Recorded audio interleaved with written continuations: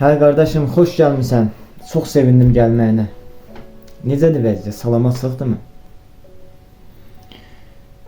Şükür. Bugünkü günə də şükür qardaş. Nə olub? Nəsə fikirlisən?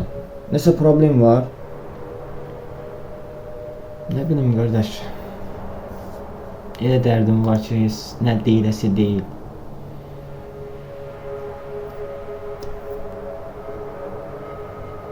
Elə bir dərdlər var ki, elə problemlər var ki, onun həll yolu yoxdur.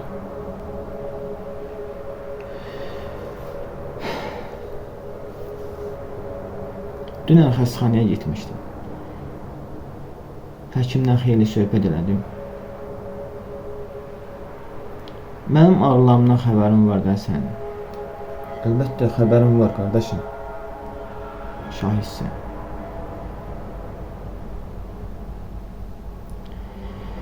Həkim dünən məndən açıq söhbət elədi.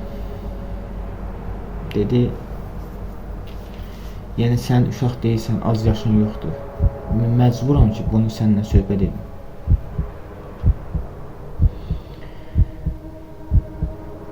Dedi, sənə biz boş yerə vaxt itiririk. Boş yerə səni incidirik. Dərmanlar, iynələr. Çünki o mənə dedi ki, sənin nə müalicən var, nə əməliyyatın. Nə danışsan? Ola bilməz. Ömrünə də çox qalmayıb.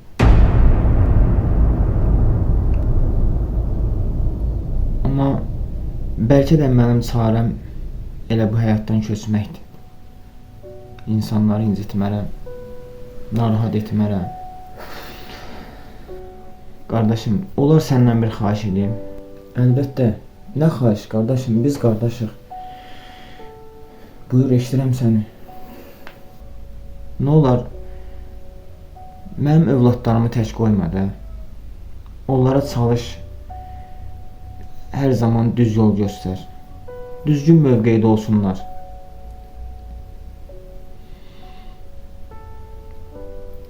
Bir də onlara deyərsən ki, əgər düzgün mövqedə olarlarsa, cəmiyyətə yararlı övladlar olarlarsa, mənim ruhum da şad olar.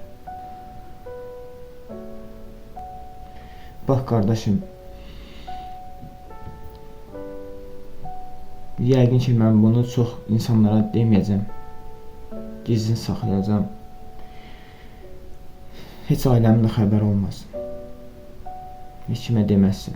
Yox, narahat olma, heç kimə demərəm. Amma İnşallah ki, yaxşı olar. Amma bu belədir. Mənim ölümümə çox az qalır. Həyat belədir.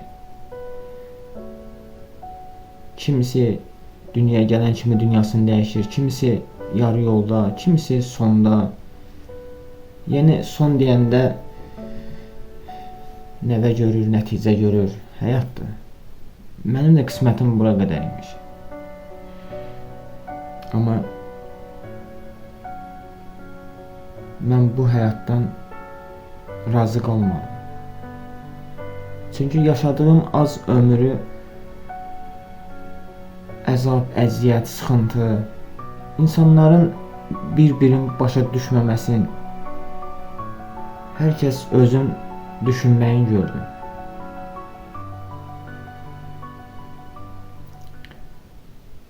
Allah hər kəsə